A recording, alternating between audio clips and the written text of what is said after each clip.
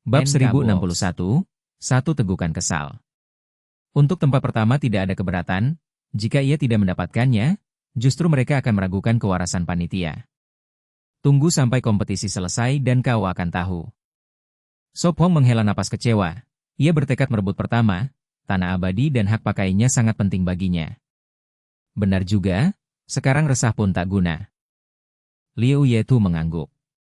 Lebih dari 1 jam kemudian, di bawah tatapan penuh harap semua orang, gadis itu menyajikan daging kelinci di meja kayu. Pagi-pagi sudah makan begini. Han Hungok menelan ludah. Tidak terlalu pagi, sekarang mungkin jam 9. Sop Hong tertawa. Tidak usah bicara, aku ambil paha kelinci dulu. Liu Ye buru-buru mengambil dengan sumpit, memasukkannya ke mulut. Hati-hati panas. Fan Han mengingatkan. Ngongo.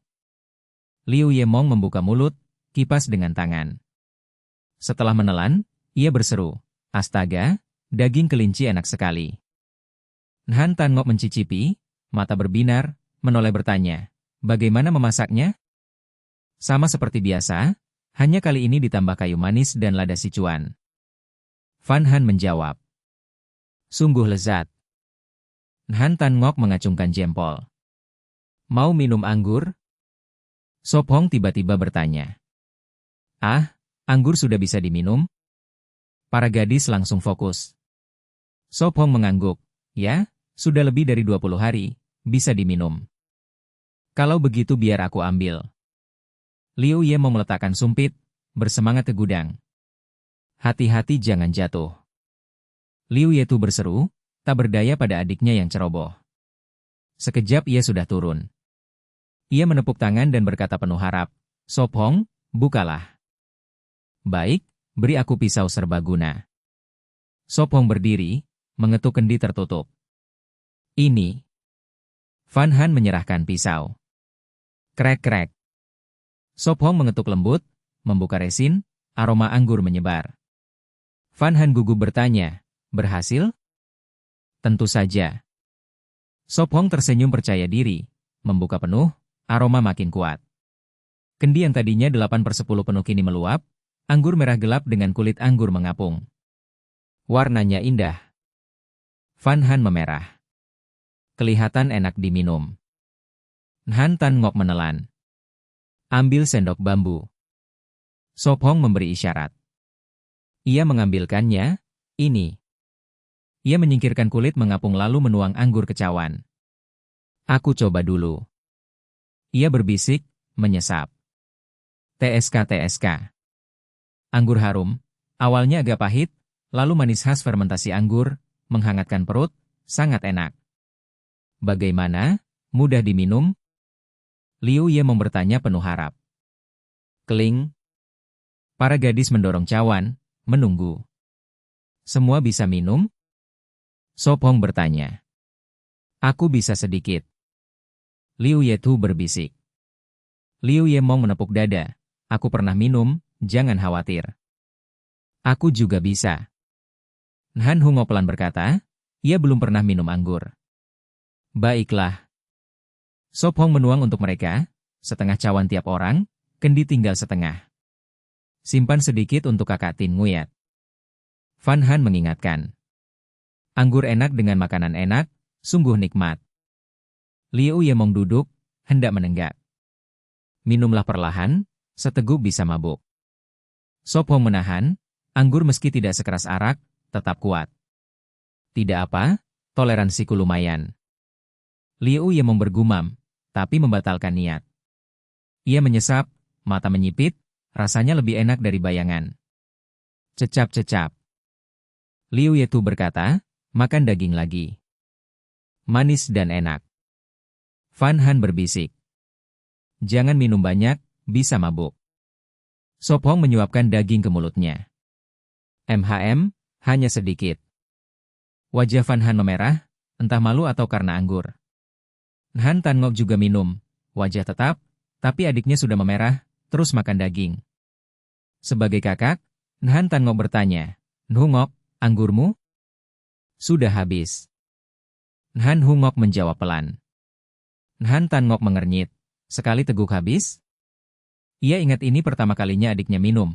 Dulu hanya pernah mencicip lewat sumpit ayah. Ya, hanya setengah cawan, tapi manis sekali. Enak. Han Hungok makin merah, mulut penuh, suara samar. Liu Ye mau menggoda. Hungok, wajahmu merah seperti pantat monyet. Benarkah merah? Han Hungok meletakkan sumpit, menyentuh wajah panas. Ya, agak. Liu Yetu dan gadis itu mengangguk. Anggur tetap punya efek. Sop Hong berkata lembut, makan daging lagi, pelan-pelan akan baik. Baik. Han Hungok patuh menjawab, terus makan. Mencelup sumpit ke anggur dihitung pernah minum? Han Tan Ngok tersenyum pahit. Bab 1062, si tampan tua. Sedikit saja.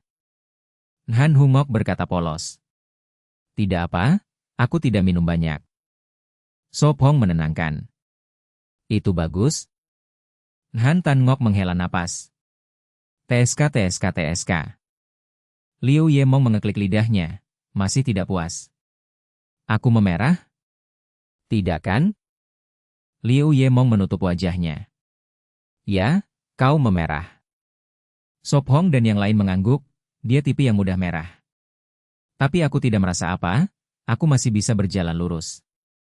Liu Yemong berdiri, siap menunjukkan. Minumnya sedikit, siapapun bisa lurus. Han Tan Ngok membelalakan mata, menunggu dia goyah. Lihat, lurus atau tidak?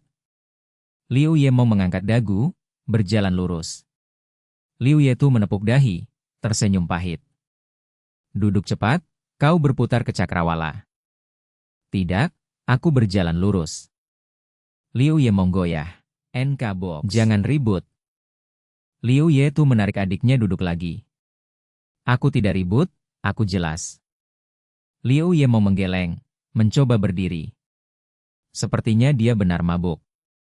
Sop Hong berkedut, toleransi lemah, setengah gelas cukup. Fan Han, kau tidak mabuk? Han Tan Ngok bertanya. Tidak, aku baik, hanya sedikit pusing. Fan Han menjawab polos. Sop Hong menarik kembali semangatnya, wajahnya juga merah, jelas anggur bekerja. Tidak perlu, aku tidak merasa sakit. Fan Han menolak lembut. Baik, kau juga berjalan sedikit. Sop Hong memberi isyarat. Baik. Fan Han berdiri, menunjuk lalu berjalan, awalnya stabil tapi lalu miring, akhirnya menabrak dada Sop Hong. Wajahnya memerah, ia menegur. Lurus atau tidak? Lurus. Sop Hong tersenyum pasrah, membantunya duduk, mengusap dahinya. Kakak, kenapa jadi dua? Liu Yemong menoleh, melihat dobel. Tidak, kau mabuk. Liu Yetu mengingatkan. Tidak benar. Liu Yemong bergumam, satu tangan di meja, satu melambai. Kau benar dua, sama persis. Liu Yetu menekan jarinya, sabar. Baik, dua, sekarang tidur. Aku tidak tidur. Liu Yemong manyun. Dia tiba-tiba menatap Sop Hong, menatap, bergumam. Apa yang kau katakan, lebih keras. Liu Yetu mengernyit. Tidak bilang. Liu Yemong menggeleng, mabuk dia manja dan imut. Toleransi buruk sekali. Han Tan Ngok tersenyum pahit. Sepertinya Hungok juga mabuk. Sop Hong menunjuk gadis diam. Ah, Hungok? Han Tan Ngok melihat, adiknya diam di meja, mata menatap Sop Hong, bulu mata bergetar. Dia berdiri, khawatir. Tadi baik, kenapa sekarang? Efeknya muncul. Sop Hong menebak. Awalnya hanya merah, sekarang pusing, tapi berbeda dari Liu Yemong, dia tenang. Tidur ya? Han Tan Ngok membujuk. Tidak, aku sudah tidur lama siang. Hungok manyun, mata masih padanya. Pengamat di ruangan. Mudah mabuk ya? Ngotin Nguye tertawa. Alkohol pasti kuat. Hamin menebak. Mungkin, aku mau coba juga. Ngotin Nguye tersenyum, dia juga punya anggur tapi belum. Mudah, Kita minum setelah kerja. Hamin tertawa. Sangat baik. Hamin menghela. Hahaha. Dia tertawa keras. Kalau begitu tanpa makanan. Ngotin Nguyat mengangkat bahu. Dia memikirkan Enamdin, lalu mengirim pesan cepat. Tik tik tik. Jarinya mengetik cepat. Setelah mengirim, dia menatap lagi. Enamdin belum selesai? Hamin bertanya. Ngotin Nguyat menghela. Belum, dia bilang masih sibuk. Oh, ya sudah, kalau perlu bantuan bilang saja. Hamin mengangguk. Baik, aku akan bilang. Ngotin Nguyat tersenyum. Ding. Ponselnya berbunyi, ia cepat membuka pesan. Dia lega, sudah mood minum, artinya tidak ada masalah besar. Sophong, kau juga jadi 2. Liu Ye mau melambaikan tangan. Berapa jari? Sophong angkat 1. 3. Liu Ye mau menjawab cepat. Dia bertanya. Mau muntah? Tidak, lihat, aku tidak muntah. Liu Ye mau terkikik, memuji. Sangat tampan, sangat menarik. Liu Ye Tu menutup wajah, tidak mau mengaku. Hahaha. Sophong tertawa. Ya, Sophong si tampan tua. Van Han berkata polos, menggosok kepalanya di dada, telinga merah. Kata manis ya? Sophong mengernyit, mabuk dia imut sekali, membuat orang ingin memeluk erat. Bab 1063. Hilang? Ngongo. Van Han perlahan menggeleng, wajah memerah saat berkata tulus, meski tidak tampan, aku tetap suka. Hihi, aku juga suka. Liu Ye Mong membuka mulut lebar, matanya penuh perhatian. Liu Ye Tu cepat menutup mulut adiknya, menunduk berkata, kau benar-benar mabuk. Ngongo, aku tidak. Liu Ye Mong memutar leher, lolos dari tangan kakaknya. Kau mabuk.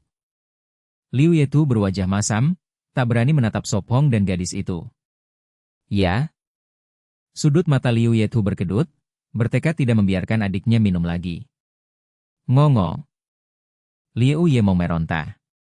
930. Sophong tersenyum miring, mengingatkan, kalau terus ditutup, dia akan sesak napas. Ah. Aduh. Liu Ye Tu menunduk, melihat adiknya memutar mata, buru-buru melepas. Kakak, mau bunuh aku? Liu Ye Mong batuk 2 kali, marah berkata, kenapa aku tidak pernah sadar kekuatanmu sebesar itu? Kau baik-baik saja? Liu Ye Tu bertanya menyesal. Liu Ye Mong melambaikan tangan, suara serak, aku baik, mau air. Campur sedikit madu biar segar. Sophong berkata lembut. Aku buat. Liu Ye Tu berdiri, pakai panci besi membuat air madu, menuang untuk semua. Aha. Gadis itu menguap, setelah minum bersandar di dada Sophong, mengantuk. Sophong mengangkat alis, barusan bilang tidak mengantuk, kini sudah menguap. Van Han patuh menjawab, baik. Sophong mengangkat gadis itu, meletakkan di ranjang besar, menutup dengan kantong tidur. Nhungok. Han Tan Ngok menoleh ke adiknya, melihatnya tidur di meja kayu. Beginipun tidak mau ke ranjang. Dia tersenyum pasrah, lalu menggendong adiknya ke ranjang. Ye Mong, sekarang bagaimana? Liu Ye Tu bertanya. Box. Liu Ye Mong menggeleng, mengangkat bed, tidak mengantuk, aku mau main. Liu Ye Tu menegur, sudah mabuk, masih main bola? Aku tidak mabuk, sangat sadar. Liu Ye Mong bergumam. Kau lihat 1 jadi 3, masih bilang sadar? Liu Ye Tu tertawa kesal, menarik adiknya ke ranjang. Tidurlah, sore bangun main lagi.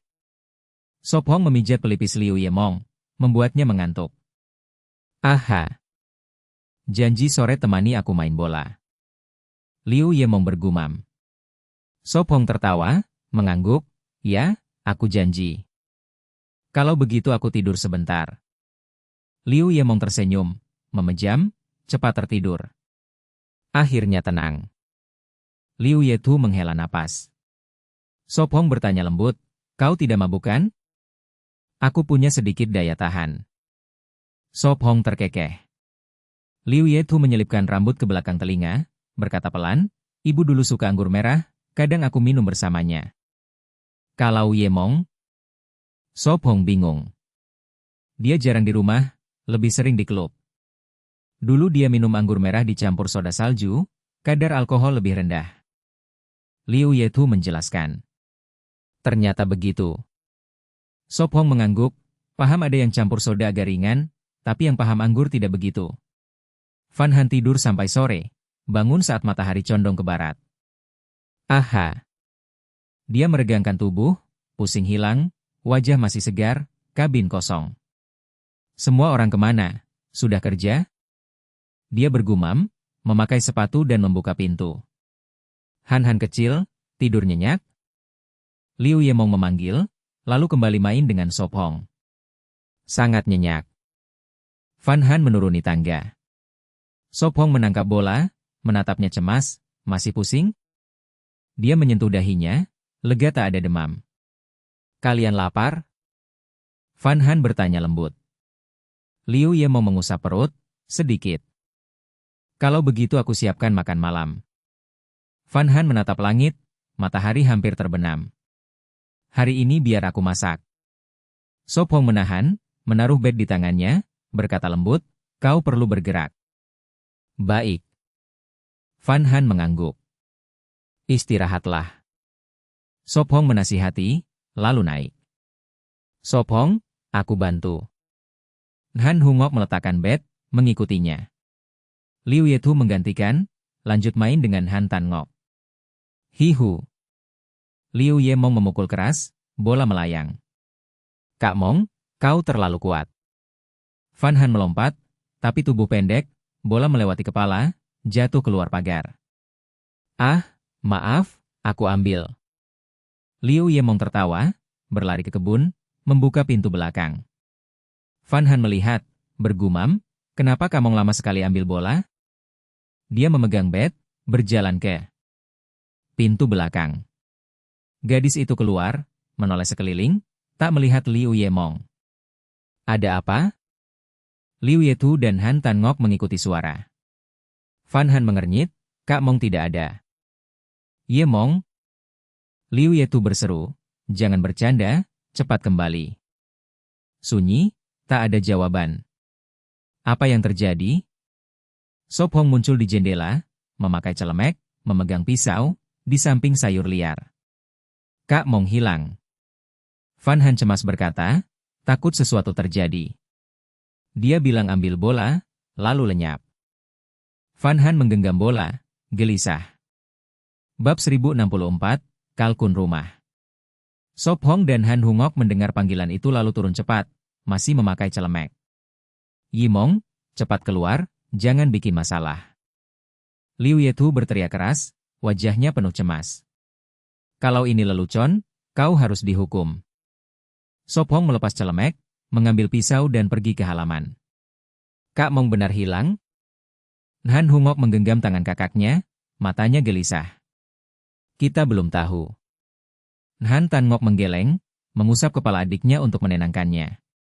Sop Hong menunduk memeriksa tanah, tak ada tanda perkelahian, juga tidak ada jejak asing. Bagaimana? Ada temuan? Fan Han bertanya pelan. Belum, tapi Imong pasti tidak diculik.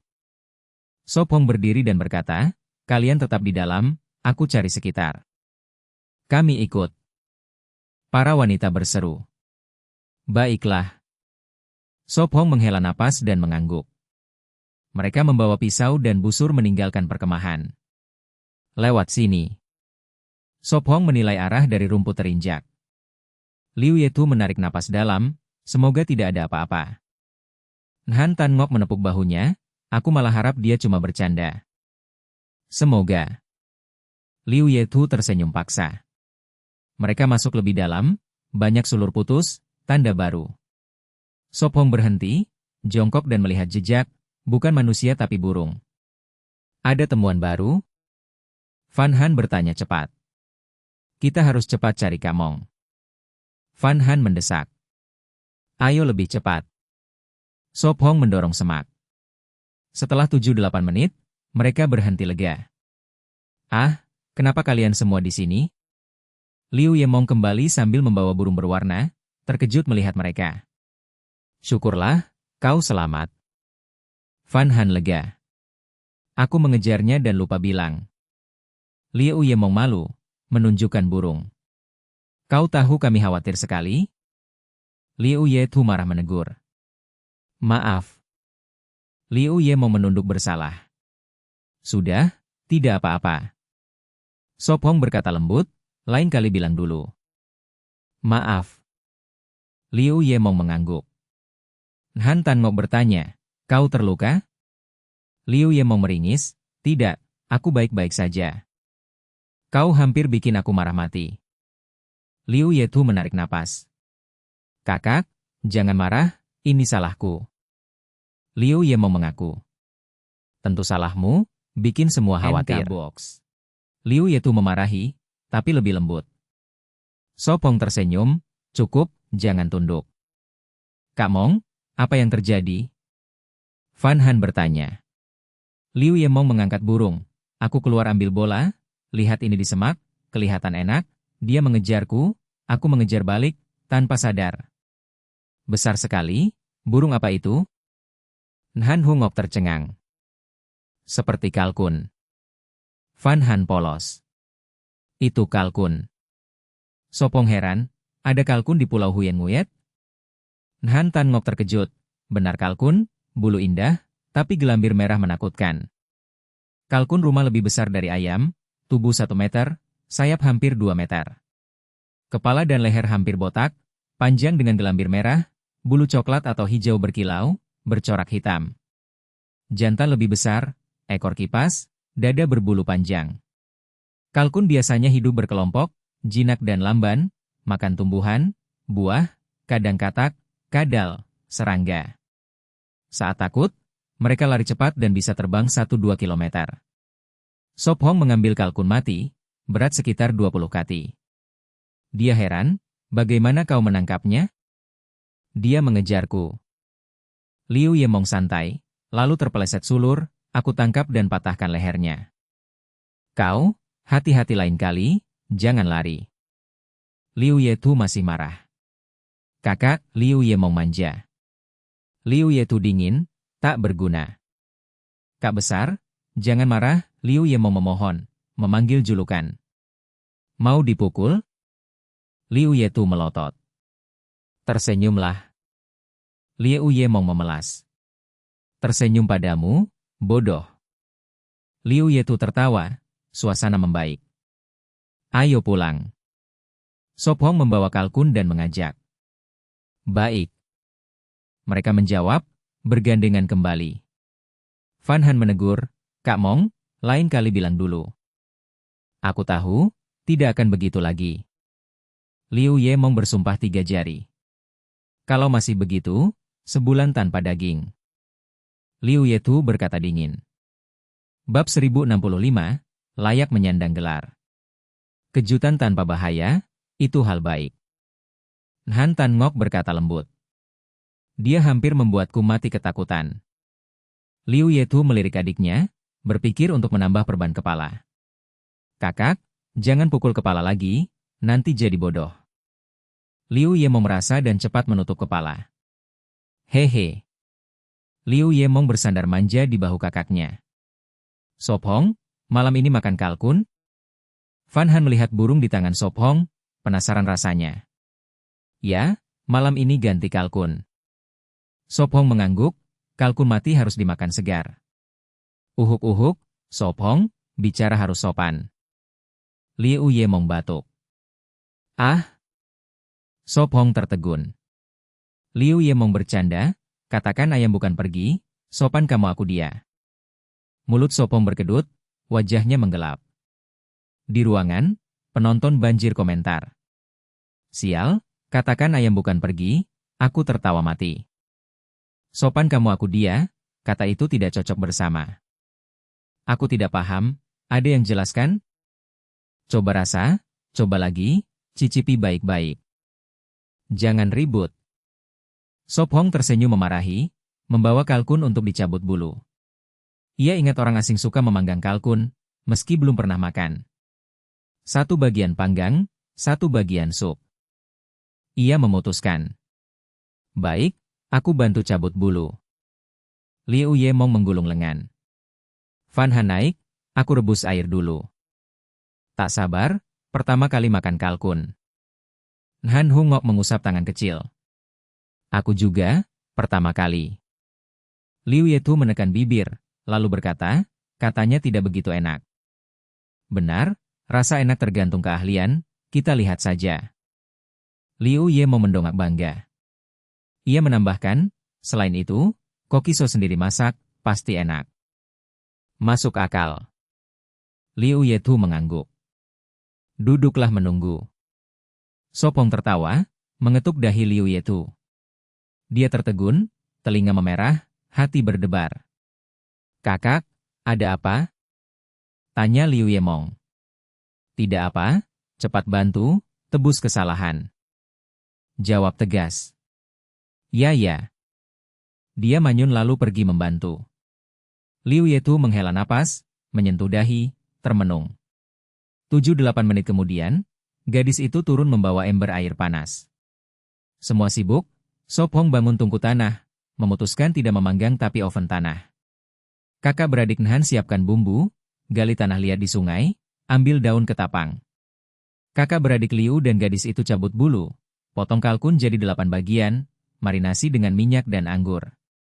Boros sekali, pakai anggur buang bau. Liu Ye mau mengeluh. Tidak ada cara, harus begitu biar enak. Van Han jujur, juga sayang. Marinasi anggur, bikin mabuk.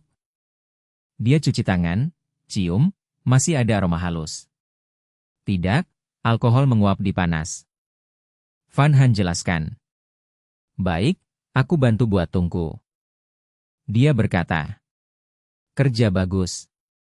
Van Han tersenyum, menambah jahe, kayu manis, rempah, cabai, terus marinasi. Lebih 10 menit, daging siap, tungku selesai, tanah dan daun siap. Daging kalkun empuk, tanpa lemak, tinggi protein, rendah kolesterol.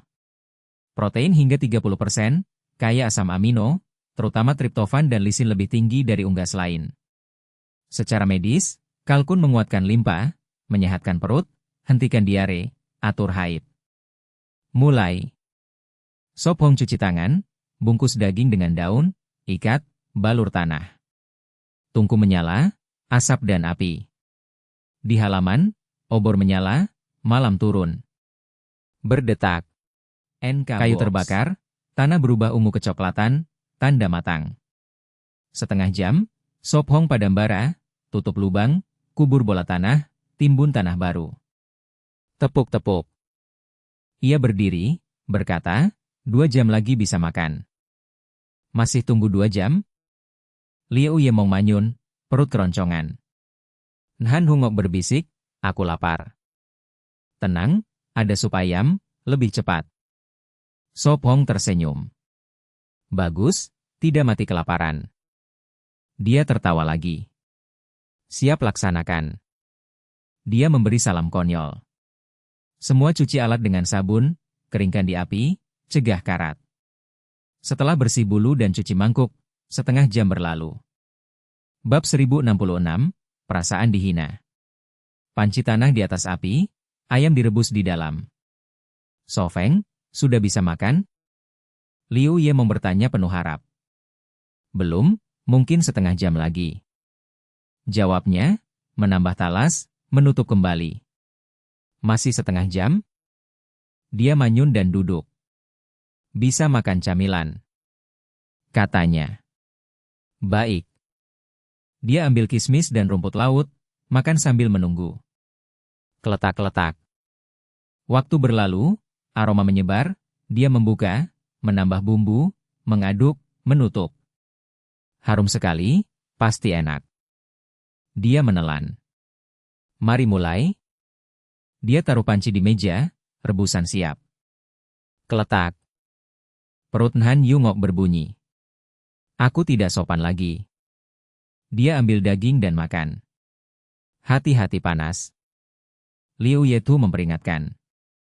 Nguh-nguh. Lidah terbakar, dia bergumam, enak sekali. Kalau sebesar mangkuk nasi lebih baik. Van Han berkata heran. Sempurna. Liu Yetu angkat jempol.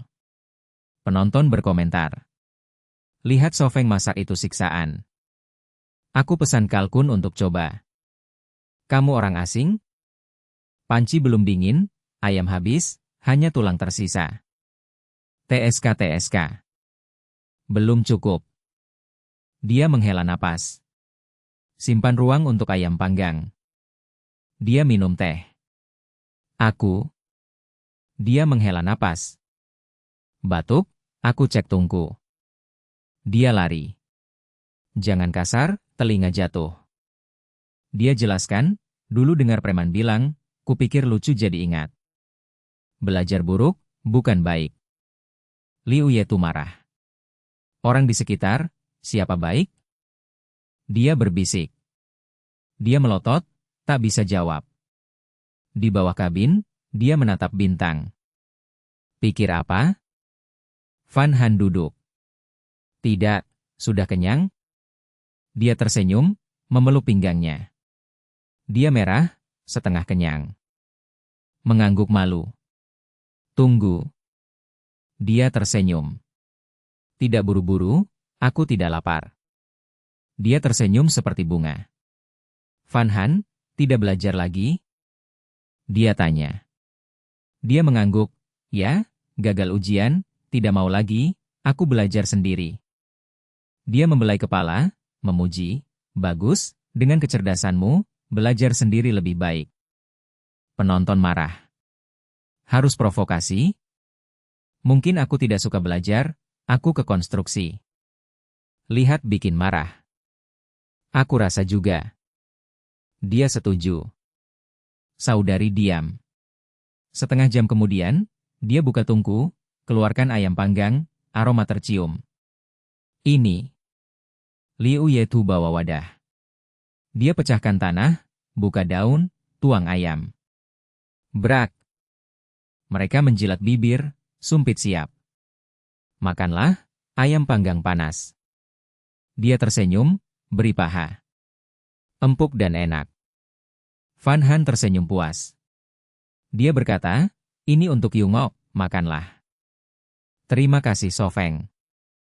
Dia menerima malu-malu. Setengah sudah dimakan. Minum kuah, rasa sempurna. Dia menjilat jari, lempar tulang. Di tungku masih ada talas. Dia berbisik. Han Tan Ngok berkata, malam ini hanya daging, aku kenyang. Besok harus olahraga, kalau tidak 3 hari gemuk. Dia lihat pinggang. Main bola atau renang, olahraga bagus. Dia tersenyum. Baik. Dia makan sambil bergumam, main bola denganmu, mereka lemah. Kata-katamu keras. Dia menggigit. Aku jujur. Dia tersenyum. Dia melotot, terus makan. Setengah jam kemudian, hanya tulang dan bumbu tersisa. Bab 1067, siapa yang tidak mencintai? Ngongo. Sopong membuka mata, pagi ini luar biasa awal. Ia menoleh ke gadis, dia masih tidur, benang perak di bibirnya. Sudah besar, masih ngiler. Ia tertawa dan menyekanya. Peluk aku. Ia menjawab lembut, senyum penuh kasih. Gadis itu mengatupkan bibir, tidur lebih nyenyak. Ia berbaring setengah jam lalu bangun, memerintah, tandai. Panel muncul, angka 8 hari menyala. Suara sistem berbunyi, ding. 7 hari ditandai, 1 paket hadiah primer diperoleh. Ia menatap ranjang, para wanita tidur, memerintah, buka paket. Ding. 1 paket pengalaman membuat anggur primer. Ding. 1 paket seni bunga primer. Ding. Memori tambah 1. Buka yang terakhir. Ia mencuci muka dan memerintah. Ding. Memori tambah 1 sedang ditransmisikan. Rasa sakit datang, ia jatuh di kursi, menutup mata. Setiap memori bertambah menyakitkan, tapi sepadan. Hampir 10 menit kemudian, rasa sakit hilang, ia bernapas, santai. Sungguh siksaan. Ia tersenyum pahit, lanjut, buka paket pengalaman anggur. Paket pengalaman anggur ditransmisikan. Rasa sakit kembali, ia menggigit gigi, teks, gambar, suara masuk. Waktu kabur dalam proses. Lebih 10 menit, ia menghirup udara, lalu menutup mata menyusun ilmu. Paket anggur berisi pengetahuan anggur, tapi ia tak tertarik, tak bisa jadi bartender. Ia mendesah, memerintah, masih satu, buka. Ding. Paket seni bunga ditransmisikan. Rasa sakit menyelimuti lagi. Kali ini kurang 5 menit, lalu reda. Ia menghela napas, menyusun ilmu. Seperti diduga, tetap tak tertarik, mungkin di kota berguna. Aha. Ia meregang, mengingat 5 paket. Masih 22 hari. Hingga 5 paket tinggal 22 hari. Masih 24 hari. Ia tersenyum, hingga lomba selesai 24 hari. Harap berikutnya lebih baik. Ia bergumam, lalu cuci di sungai. Pagi datang, para gadis bangun, semalam tidur awal, hari ini juga. Sophong, pagi, awal sekali. Van Han, masih mengantuk, melambaikan tangan. Selamat pagi. Ia tersenyum, mengeringkan tubuh. Ia bangun awal, mandi, berenang, bersihkan keringat dari paket. Di ruang, penonton berteriak. Ah, tubuh itu, pria membuat wanita menangis. Sophong, aku ingin beri banyak anak, 108. Tubuh itu, kulit itu, wajah, senyum, suara, aku bisa mati. Begini Sophong, siapa tak cinta? Van Han memerah, menegur, cepat pakai baju. Baik. Ia tertawa, hanya berselimut handuk, membuat teriak. Ia turun, memberi pakaian, menegur, lain kali pakai celana pendek, celana renang terlalu ketat. Ia bergumam, merah, lari. Ia tertawa, tetap imut. Apa kau bilang? Liu Yemong tanya. Tidak. Ia batuk. Ia tersenyum, menggoda. Kau memanggilku imut? Kalian semua bisa dicintai. Ia berkata serius. Kapan aku jadi pria brengsek? Ia tersenyum pahit. Pria brengsek? Nhan Hungok muncul. Nhan Tan Ngok menepuk kepala adiknya, cepat cuci muka, anak kecil jangan banyak tanya. Baik. Hungok ditarik pergi. Agak membingungkan. Ia menggeleng, naik. Ia masak sarapan, sup untuk mata. Panci besi di atas api, kayu terbakar. Ia menaruh ramuan, jamur. Daun minyak, kerisan liar. Ia bergumam, semua baik untuk mata. Panci bergolak. Bab 1068. Apakah Liu Ye Meng sakit? Mata ini sangat bagus, bisik Espong. Van Han bersandar pada Espong dan tersenyum lembut. Aku tidak mengerti, hanya duduk menunggu makan sudah cukup. Espong menyentuh hidungnya dan tersenyum. Rasanya seharusnya tidak buruk, tidak akan mengecewakanmu. Ini pertama kali dia memasak makanan untuk penglihatan, sebelumnya dia membuat hidangan untuk pendengaran dan penciuman, karena bahan langka, jumlahnya bisa dihitung dengan satu tangan. Menunggu dengan antusias. Van Han mengangguk. Han, bantu aku ambil daging asin, kata Espong hangat. Baik, jawab Van Han patuh, mengambil daging asin dan memotongnya. Espong, sarapan apa hari ini? Liu Yemng dan kakaknya kembali setelah mencuci, berteriak saat masuk. Makan kamu, jawab Espong santai. Uhuk, aku bercanda. Espong tertawa. Jangan konyol. Liu Yetu tersenyum. Hai. Liu Yemng menjulurkan lidah. Perlu bantuanku? Belum, sarapan hari ini sederhana, jawab Espong. Kalau begitu aku duduk menunggu.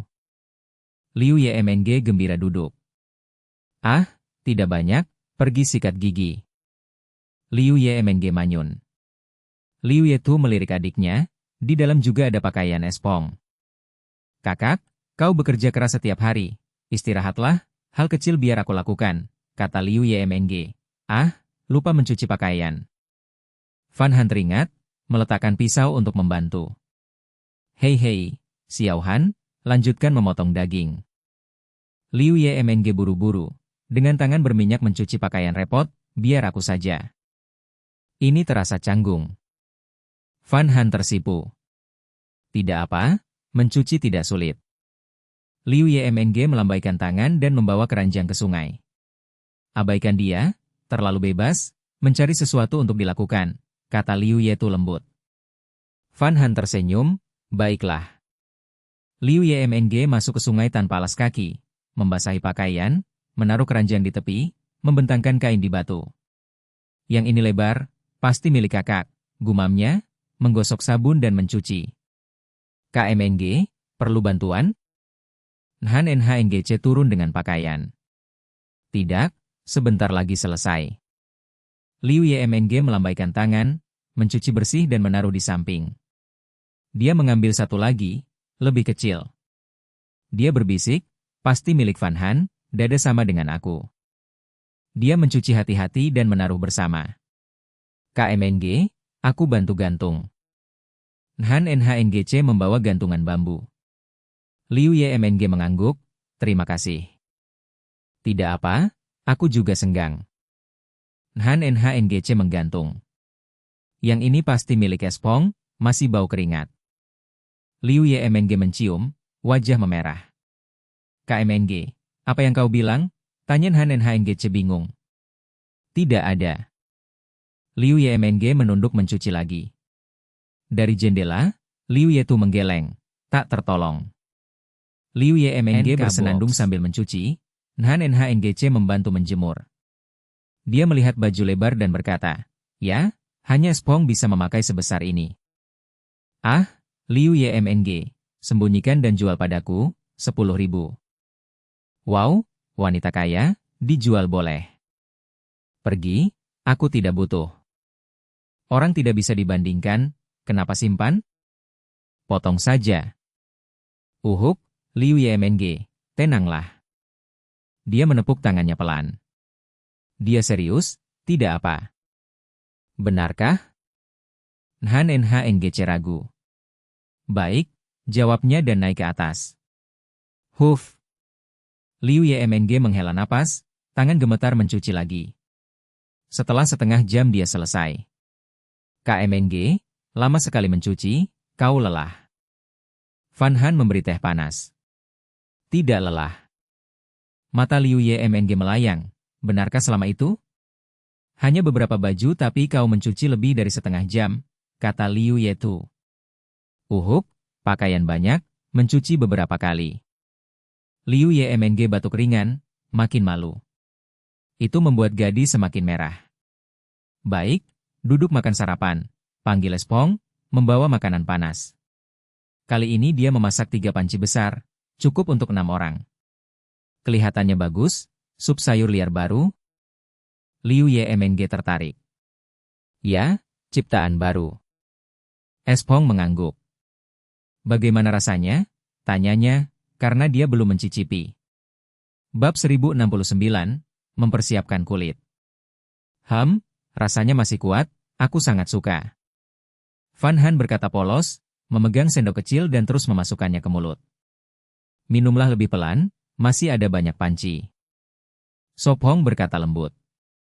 Ngongo. Fan Han mengangguk. Sop Hong, hari ini kau ingin melakukan apa? Liu Yemong cepat mengganti topik. Sop Hong menjawab tenang, tidak perlu melakukan apapun, apapun yang kalian mau lakukan, lakukanlah. Apapun yang kami mau? Liu Yemong menikmati kata-katanya, matanya melirik pada Sop Hong, pikiran aneh muncul di benaknya. Liu Yetu melirik adiknya, mendekat dan berbisik, kau punya niat buruk lagi? Bukan begitu, kakak, kau berpikir berlebihan. Liu Yemong buru-buru menyangkal, matanya menghindar. Lalu apa yang baru saja kau pikirkan? Liu Yetu tidak percaya. Liu Yemong berkata serius, aku sedang berpikir apakah nanti main bola atau berenang. Jadi bola atau berenang? Liu Yetu bertanya sambil menuang sup sayur liar. Tidak keduanya, aku sedang menyiapkan tapi tidak akan bilang padamu. Liu Ye manyun. Berhenti. Liu Yetu berpaling dengan mangkuknya, menunjukkan tak tertarik. Sop Hong tersenyum dan menggeleng, masih harus tinggal di pulau 24 hari lagi, semakin dekat akhir semakin sulit. Sop Hong, saat pergi, apakah perlu menghancurkan rumah kayu ini? Fan Han bertanya. Liu Yetu juga bertanya, Han kecil, kau tidak rela? Sedikit, kami sudah tinggal di sini lebih dari setengah tahun, jika dihancurkan sayang sekali. Fan Han berkata jelas. Itu benar. Liu Yetu melihat sekeliling, ia juga ikut membangun kabin ini, jika dihancurkan akan sedih. Jangan sedih, saat kembali ke kota kita bangun yang lebih baik. Sop Hong mengusap kepala gadis itu. Ya, saat kalian menang kompetisi, kalian akan punya tanah, lalu bangun rumah lebih besar dan lebih baik. Han Tan Ngok menghibur. Ya. Fan Han mengangguk kuat, masih agak enggan. Di tempat lain, di sebuah rumah sakit kota Asia Barat, Tran Chihai berbaring di ranjang menonton video. Di layar kecil muncul Sop Hong berburu. Pian Truk Tu berdiri di luar berbincang dengan Puong Chin. Sial, dia benar-benar tidak pernah meleset. Tran Chihai membuka mulut. Dalam video Sop Hong menembakkan panah menembus leher rusa, lalu mengenai burung laut di udara. Pengurus berdiri di samping, diam, mengabaikan teriakannya. Video terus berlanjut, muncul Li Dudu, lalu Sop Hong menjatuhkan beruang dengan satu pukulan, membuatnya menjerit lagi, memutar ulang berkali-kali. Kata-kata itu benar atau bohong? Pengurus bertanya tenang. Tran Chihai manyun, tentu saja benar. Tidak tahu batasnya. Pengurus mengangguk. Meski menyebalkan, aku akui dia kuat. Tran Chihai tertawa jahat. Pengurus mengerutkan mulut, melihat keluar jendela, apakah tuannya kini mengagumi Sop Hong? Krek. Pintu kamar terbuka, Pian Truk Tu dan Puong Chin masuk membawa rekam medis. Terlalu hebat, bagaimana dia bisa sekuat itu? Tran Chihai berkata takjub. Dokter Puong datang. Pian Truk Tu mengernyit. Lalu apa? Di sini juga tidak ada kursi untuk kalian. Tran Chihai tidak menoleh. Urat muncul di dahi Puong Chin, ia menenangkan diri. Pengurus? Pian Truk Tu menghela napas. Ya. Pengurus berbalik dan mengambil tablet dari tangan Tran Chihai. Baik, cepat katakan. Tran Chihai bertanya tak sabar. Bisakah operasi dilakukan sekarang? Tanggal sudah ditetapkan, 10 hari lagi kita operasi, sebelumnya kau harus istirahat dan sembuhkan penyakit lain. Puong Chin berkata sabar. Mengerti. Tran Chihai mengangguk.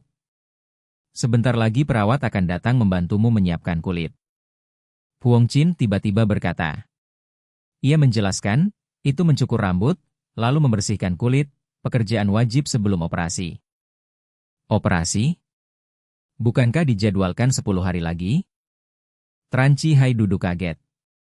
Agak serius. Wajahnya pucat. Itu karena kelembapan dan terlalu lama berbaring diam. Puong Chin berkata tenang. Tran Chihai memohon pada ibunya. Ibu, operasi ini bisa tidak dilakukan? Itu harus kau tanyakan pada dokter Puong. Pian Truk Tu menjawab pasrah. Tidak bisa, jika tidak dipotong sekarang, nanti akan lebih bermasalah. NK Box. Puong Chin menggeleng. Tidak bisa terapi konservatif? Tran Chihai memohon, jika teman-temannya tahu dia akan ditertawakan. Tidak. Puong Chin menjawab dingin. Mendengar itu, Tran Chihai diam, lalu setuju. Baiklah. HMPH, aku merasa dia mempersulitku. Tran Chihai mendengus. Pian Truk Tu menyentuh dahinya, menegur, jangan selalu berpikir buruk tentang orang lain, dia adalah dokter kepalamu. Tran Chihai membelalak, dokter kepala? 10 hari lagi dia yang akan mengoperasi? Ya, itu dokter Puong. Pian Truk Tu heran melihat reaksi anaknya. Ibu, kau benar-benar ibuku kandung? Tran Chihai wajahnya menggelap. Bagaimana kau bicara begitu? Meski bukan darah dagingku, Aku memungutmu dari sampah, membesarkanmu sangat susah. Hien Truk Tu marah. Ibu, kau bercanda kan? Tran Chi Hai tertegun. Bab 1070, masih merasa bangga. Mengapa dikandung pada bulan September? Tran Chi Hai bertanya penasaran, merasa aneh. Hien Truk Tu menjawab dengan sedih, karena saat itu aku pergi belanja, aku jatuh tanpa sengaja, yang menyebabkan kelahiran prematur. Kelopak mata Tran Chi Hai berkedut, alasan ini sulit diterima. Dia menarik napas dalam, menatap ibunya, kata demi kata, Ibu, tidakkah kau lihat betapa muda Puong Chin? Bagaimana dia bisa melakukan operasi tumor besar? Apa kau bisa tenang? Ya, dokter Puong itu paling banyak baru berusia lebih dari 30. Hien Truk Tu akhirnya sadar, di dunia medis usia dan pengalaman biasanya berjalan beriringan. Semakin tua dokter semakin meyakinkan. Akhirnya aku mengerti. Tran Chi Hai menghela napas, dia tidak ingin mempertaruhkan nyawanya. Tenang, ibu akan membantumu menghubungi dokter yang lebih berwibawa. Hien Truk Tu mengambil telepon untuk menghubungi teman lama, berharap bisa mengundang pisau terbang. Pisau terbang, istilah gaul dokter, berarti seorang ahli bedah yang datang dari tempat lain. Harus mengundang yang terbaik. Tran Chi Hai bergumam. Tentu, serahkan padaku.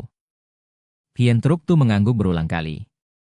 Kepala pelayan mengingatkan, Nyonya, ini bisa membuat dokter Puong marah. Kalau dia marah, ya ganti rumah sakit saja. Tran Chi Hai manyun, sama sekali tidak peduli. Aku bayar, dia hanya bekerja demi uang. Marah apa? Hien Truk Tu melambaikan tangan, terus mengetik.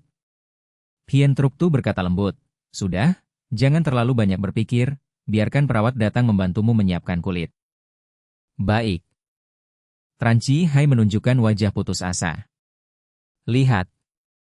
Tran Chi Hai meraih tablet.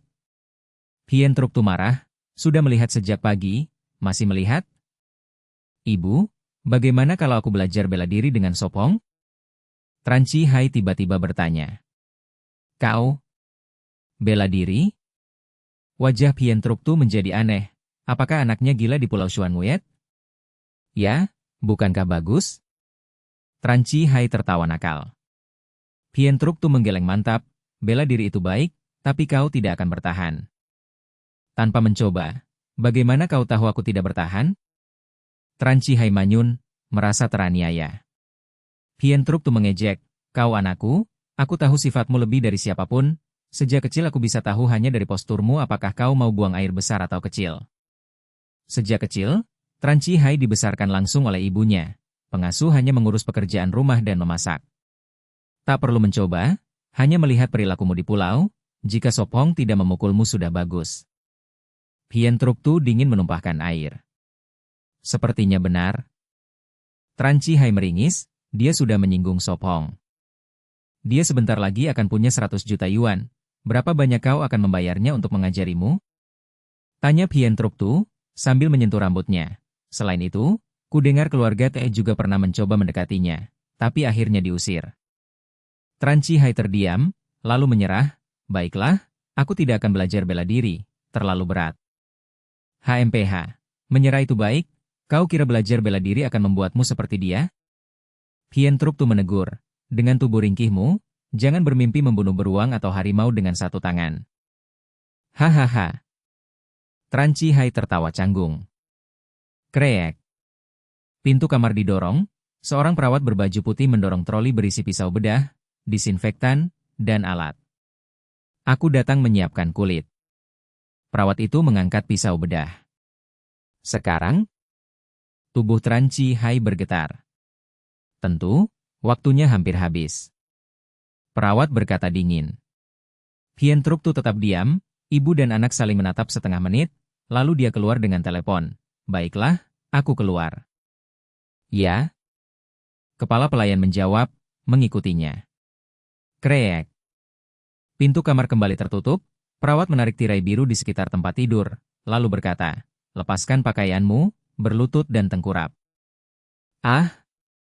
Tran Chi Hai tertegun. Perawat mengenakan sarung tangan, tidak mengerti berlutut dan tengkurap?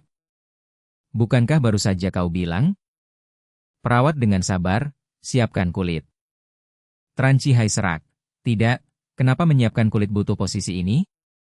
Karena lebih mudah, lebih praktis. Perawat menatapnya aneh. Dia mengambil kapas beralkohol, mendesak, cepat, jangan banyak bicara.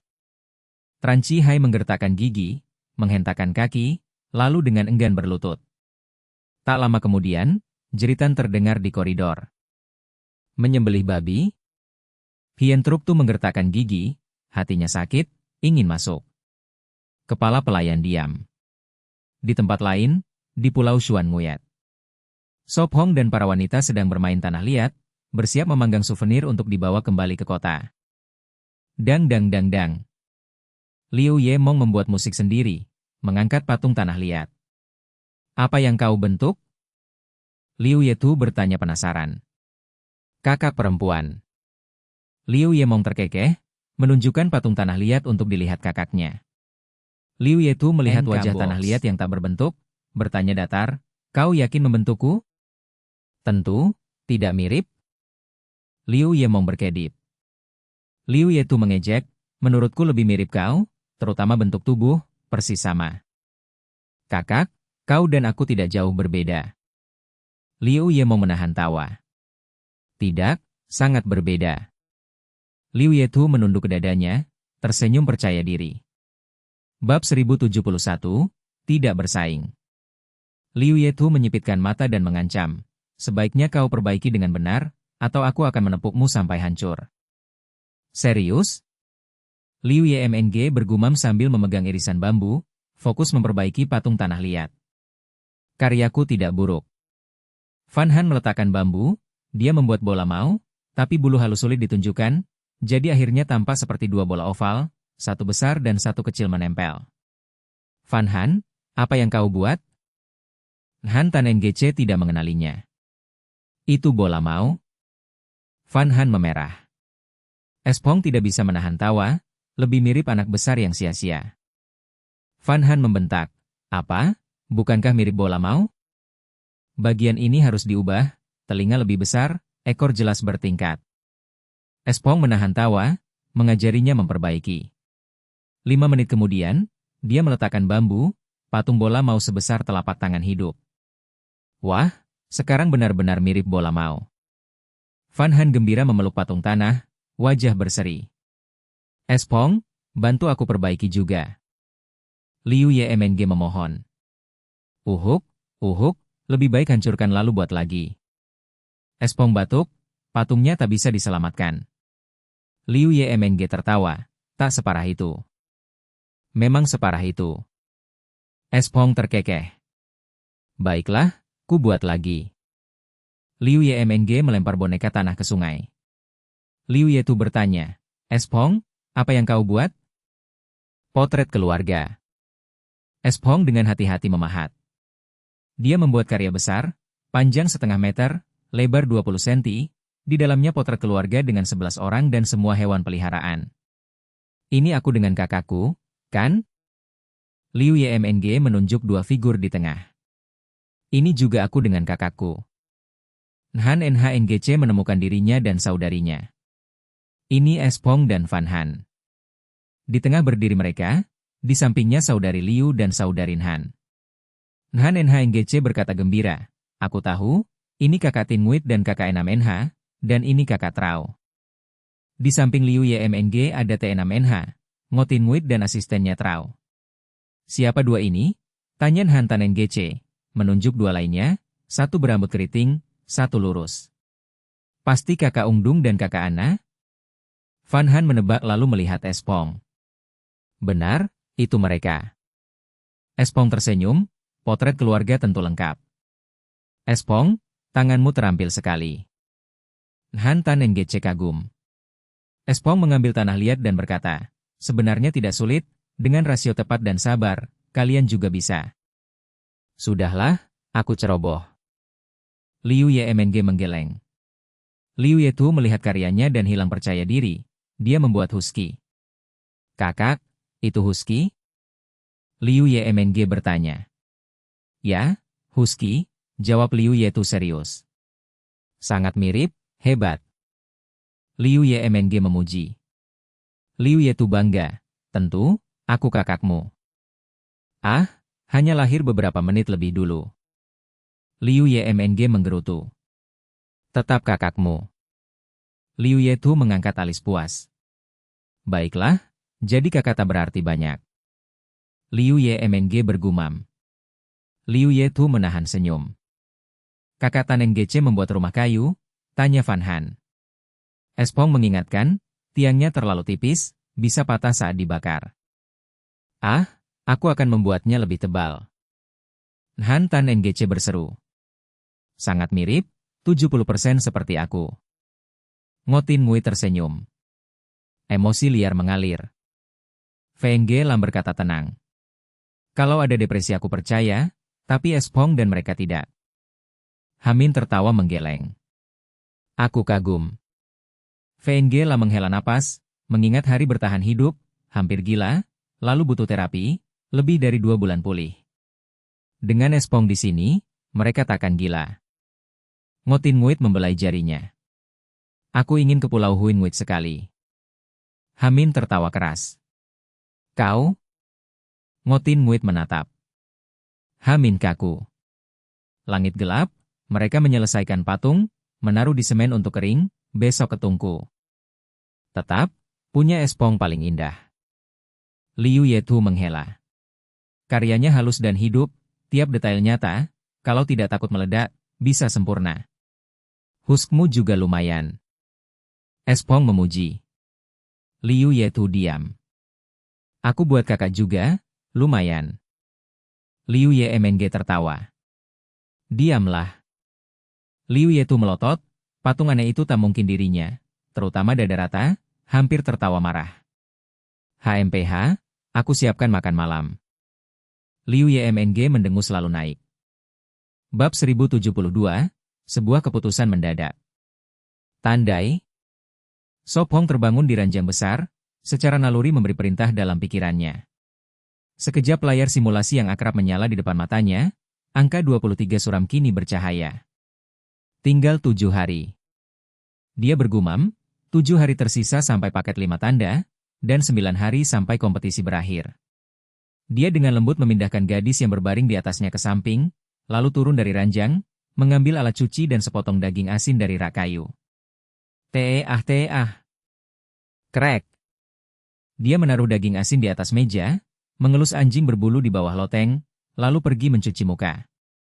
Krek. Dari atas terdengar teriakan akrab, dia mendongak, bayangan turun dari langit, jelas sudah kembali. Oh, masih hidup. Dia menyeringai menggoda. NK Box. Ia mendarat miring, kepala miring penuh bingung. Krek. Kemana saja akhir-akhir ini? Dia berjongkok sambil tersenyum. Krek. Ia mengepakkan sayap, suaranya terdengar agak lucu. Kawin? Mulutnya berkedut, segera paham. Jendela terbuka, Van Han menjulurkan kepala. Sop Hong, apakah King sudah kembali? Ya. Jawabnya santai. Tak lama kemudian para gadis muncul di halaman. Dia menoleh, semua sudah bangun, tidak bisa tidur? Tidak, sangat sulit bisa melihat King sekali saja. Liu Yemong berkata polos. King, kemana saja? Van Han memeluk lehernya, memeriksa luka. Krek. Ia mengepak, memiringkan kepala, membiarkan dia bermain. Liu Yemong menyentuh bulu ekornya. Terkejut, apakah ia sudah dewasa? Lebih besar satu ukuran. Han Tan Ngok menjawab lembut. Sop Hong bercanda, ia sudah dewasa, mungkin anaknya hampir menetas. Ah, ia sudah punya anak? Semua menatapnya. Siapa tahu, aku hanya menebak. Dia mengangkat bahu. Baiklah. Mereka kembali fokus pada King. King, sebentar lagi kami pergi, kami akan merindukanmu. Van Han berkata lembut. Liu Yetu berbisik, menghitung hari ini, tinggal 9 hari. 9 hari, waktu cepat sekali. Liu Ye mau menghela napas. Bukankah kau bilang waktu lambat? Liu Yetu melirik adiknya. Liu Ye mau menoleh. King, Sebentar lagi kau juga tak perlu kembali.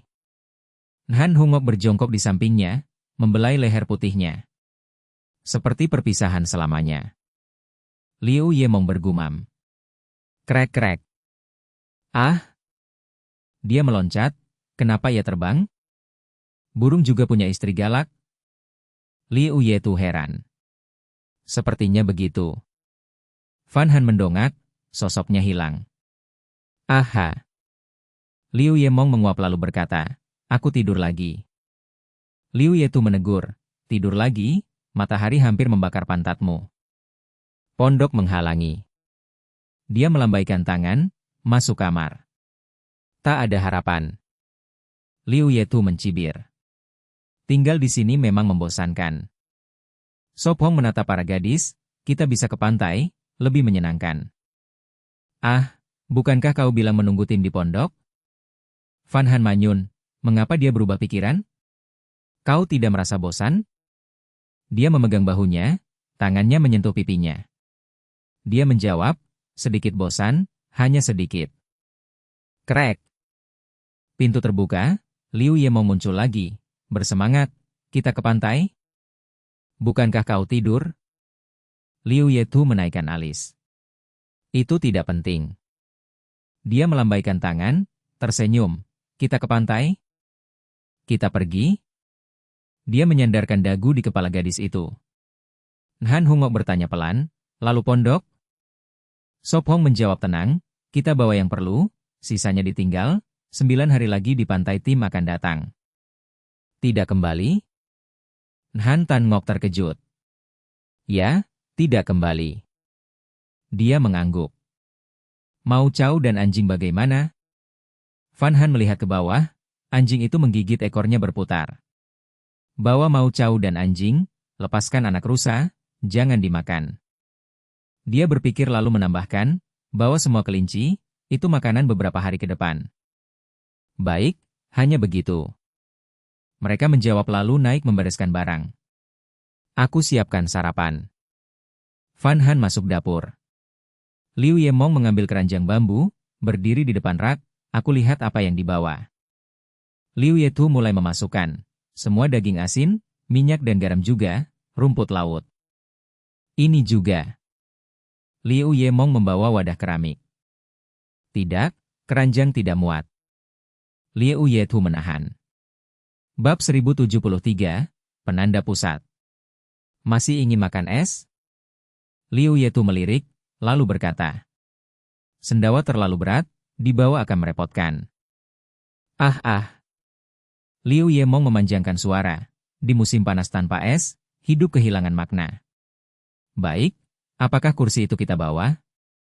Liu Yemong menjatuhkan keramik, melihat kursi akrab. Tidak, terlalu besar dan merepotkan. Liu Yetu menggeleng, heran adiknya selalu terikat. Liu Yemong bertolak pinggang, menghentak kaki dan bertanya. Ini tidak, itu tidak, lalu apa bisa dibawa? Panci wajan. Liu Yetu berkata. Pakaian, barang cuci juga harus. Baik. Liu Yemong menarik nada, memasukkan semuanya ke keranjang. Han Hungok menghela napas. Jadi bingkai, ranjang, meja, semua tidak? Tidak perlu. Sop Hong berkata. Baik. Han Hungok menepuk ranjang, menggulung kantong tidur, mengikat tali. Han Tan Ngok membawa karung ke gudang. Ada roti di bawah? Ya, ada sedikit. Fan Han menjawab. Kalau begitu aku ambil. Han Tan Ngok turun. Sop Hong, masih butuh ramuan ini? Liu Yetu memindah toples penuh ramuan. Ya, lebih baik dibawa, jaga-jaga. Sop Hong menjawab. Baiklah. Liu Yetu menaruh ramuan ke karung, toples terlalu berat. Sop Hong ke kebun, menggali talas, kana India dan ramuan. Ia cuci, taruh keranjang. Sop Hong menatap sekitar, menghela. Kita pergi, mungkin tidak kembali lagi. Ia agak berat hati, tapi lebih banyak harap kembali ke kota dengan cara cari uang. Berat sebentar tidak apa, tapi jangka panjang lebih suka nyaman. Sop Hong, bantu sini. Han Tan Ngok memanggil. Datang. Sop Hong menjawab. NK Box. Han Tan Ngok di tangga, memberikan karung. Ambil. Bahaya, hati-hati. Sop Hong angkat karung. Han Tan Ngok keluar, terengah. Lebih berat dari dugaan. Tarik napas, atur. Sop Hong ingatkan, di gudang udara tipis. Han Tan Ngok ikuti, tubuh pulih. Sop Hong berpesan. Lain kali, sirkulasi dulu. Mereka kembali ke rumah kayu, kakak beradik sudah kosongkan rak, hanya toples kosong. Tidak banyak, hampir semua makanan. Liu Yetu ikat karung daging asin. Jangan buru, sarapan dulu. Fan Han taruh panci di meja. Han Tan Ngok siapkan mangkuk, semua makan. Sesudah sarapan kita berangkat? Fan Han tanya. Ya, masih pagi. Fan Han lihat keluar jendela. Setengah jam kemudian, sarapan selesai, kakak beradik bawa piring cuci. Mau Chow, turun. Fan Han mengangkat kucing. Meong oh. Tidurlah di sini, nanti dibawa. Ia taruh Mau Chow di keranjang. Kelinci juga ke kandang. Liu Yemong ambil kandang, tangkap kelinci, 8 termasuk milik Nhungok. 8 kelinci, 1 dibiarkan, 7 sisa. Liu Yemong menghitung. 9 hari tersisa, 1 per hari, 2 hari sisa makan seafood dan daging asin. Dalam 15 hari, mereka makan kelinci tiap 2 hari, jumlah berkurang. Langkah terdengar. Fan Han buka gerbang, bawa anak rusa ke halaman. Ia lepas tali, berkata lembut. Anak rusa, mulai hari ini bebas. Rusa berjalan, menoleh. Liu Ye mau melambaikan tangan. Pergi, semoga hidup, jangan dimakan. Hais. Liu Yetu tersenyum. Hati-hati. Fan Han menepuk, melepaskan. Teah. Si Brute melihat, gelisah. Kau juga ingin pergi? Sop Hong bertanya. Teah. Si Brute berhenti, mengibas ekor. Gerbang ini terbuka, pergilah. Sop Hong tersenyum. Teah. Si Brute tetap, menatap. Tetap setia. Han Tan Ngok membelai. Teah. Bab 1074, Persembahan 20 tahun. Sop Hong meletakkan tangannya di kait pintu, menatap rumah kayu dan diam sejenak. Lalu ia menutup pintu, menjatuhkan tongkat kayu sebagai kunci. Fan Han dan yang lain berdiri di halaman, membawa keranjang bambu yang disiapkan olehnya. Tok. Ia menuruni tangga, senyum hangat seperti musim semi kembali di wajahnya, memanggul keranjang dan mengambil sangkar kelinci. Ia berdiri di tengah, menatap sekitar, menarik napas dalam dan berkata, "Ayo, ke pantai." Gadis itu berjalan terakhir, matanya merah, memandang kolam, gudang, kebun, dan rumah kayu, enggan pergi. "Ayo." Fan Han menenangkan diri, lalu melangkah keluar. Kriat. Pintu halaman terkunci, diikat dengan tali. Pergi begini saja, aku akan merindukan. Han Hungok menatap rumah kayu, matanya basah, mengingat hari bahagia. Aku juga akan merindukan. Han Tan Ngok menggenggam tangan adiknya dan berkata lembut, yang penting kita masih bersama. Fan Han menggenggam tangan Sop Hong dan bertanya, Sop Hong, apakah kau akan membangun rumah lain untukku? Ya, aku janji. Ia tegas, saat kembali ke kota, aku akan memberimu rumah lebih baik.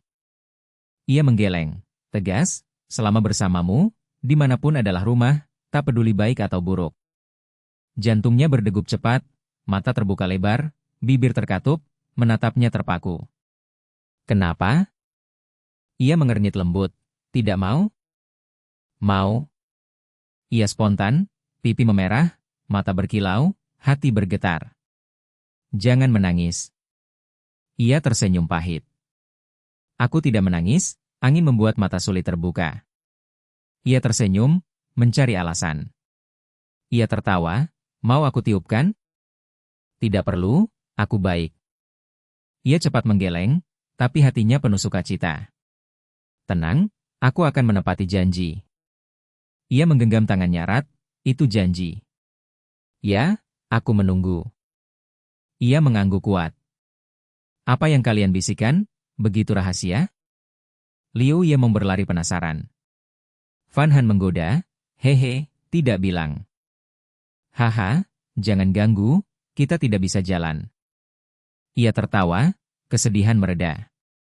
Lalu bilang padaku, Liu Ye menarik gadis lain.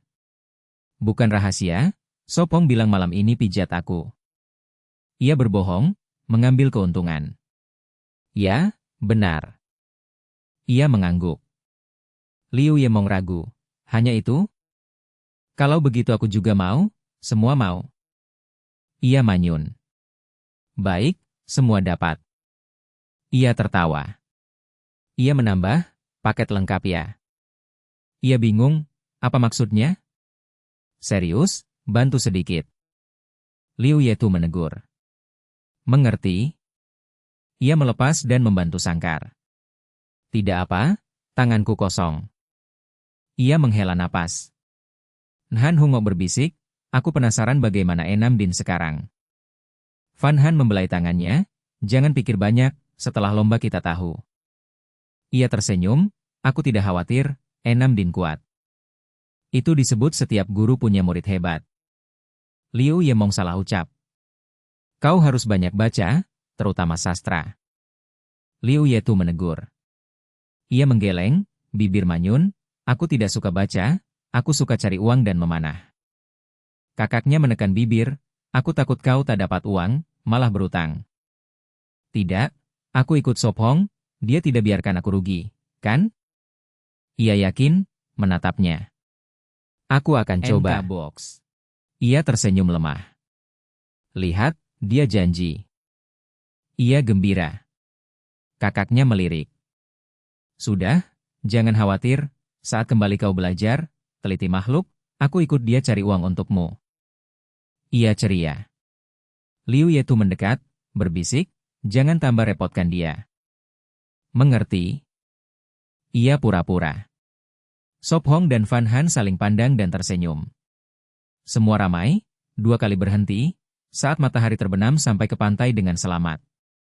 Berantakan sekali. Liu Ye menaruh keranjang, pantai penuh daun dan rumput laut kering. Banyak sekali rumput laut. Han Hungok mengambil seikat, sudah kering, lebih 10 meter dari air. Ia menduga, mungkin dari badai, ombak menghempas. Setelah badai reda, laut tenang, rumput laut kering tertinggal. Rakit masih ada. Liu Ye bersorak. Dalam pandangan semua, rakit masih di pasir, terjepit batu, utuh. Tapi tempat berlindung hancur, daun palem terbawa, hanya batang tegak tersisa. Tempat berlindung harus dibangun lagi. Sop Hong menghunus kapak, siap menebang pohon, sebab tanpa naungan kulit terbakar. Bab 1075, Lupa selektif. Fan Han dan Saudarin Han membersihkan daun gugur dan sampah di pasir, karena untuk bertahan 9 hari lagi di sini, kebersihan dan kenyamanan penting. Liu Ye mengumpulkan rumput kering dan mengisi kendi tanah liat dengan air. Semua orang bekerja jelas terbagi, waktu berlalu, matahari tertutup gunung, langit meredup tertutup selapis tipis, sebentar lagi malam. Sop Hong dan Liu Ye kembali membawa kayu dan daun palem. Mereka merobohkan tempat lama rapuh, menggali lubang, menanam tiang baru, membangun tempat tinggal sementara. Akhirnya bersih. Han Hungok menumpuk daun untuk api. Sop Hong berkata lembut, bantu, belah daun palem. Datang. Han Hungok riang. Sebelum gelap, aku ambil rumput laut. Fan Han berkata lalu menuju karang. Hati-hati. Sop Hong mengingatkan. Fan Han melambaikan tangan, tahu. Saat gelap, tempat jadi selesai, gadis itu memasukkan bahan ke panci menyiapkan makan malam. Huhuhu. Angin laut bertiup dingin, menghapus panas siang. Segar sekali. Liu Ye menarik baju agar kering keringat. Tidak apa, tubuhku kuat. Liu Ye menjawab. Menangis? Mustahil, Tidak mungkin. Dia mengangguk bangga, yakin dirinya tangguh. Bawa semua ke dalam. Sop Hong berkata. Baik. Liu Yemong bangkit gembira, membawa keranjang dan karung ke dalam. Angin terus bertiup, setelah setengah jam makan malam siap. Saatnya makan. Fan Han memanggil, menaruh panci dan kendi di pasir. Liu Yetu membentang rumput dan kain di dekat api, duduk bersih. Han Hungok menuangkan sup. Sup laut ini tidak membosankan. Liu Ye mau menyeruput dan makan tiram. Ya, berkat masakan Fan Han. Han Hungok berkata. Sop Hong, besok memancing? Liu Ye mau bertanya. Lebih baik berkeliling, mungkin temukan sesuatu bagus. Tambahnya. Ya, tidak jauh, kembali sebelum gelap. Sop Hong tersenyum, tahu dia ingin jalan, tapi rakit berbahaya. Baik. Liu Ye mau manyun. Nanti kalau kaya, beli kapal pesiar, lalu kita jalan. Sop Hong tertawa. Haha, ajak aku. Mata Liu Ye mau berbinar.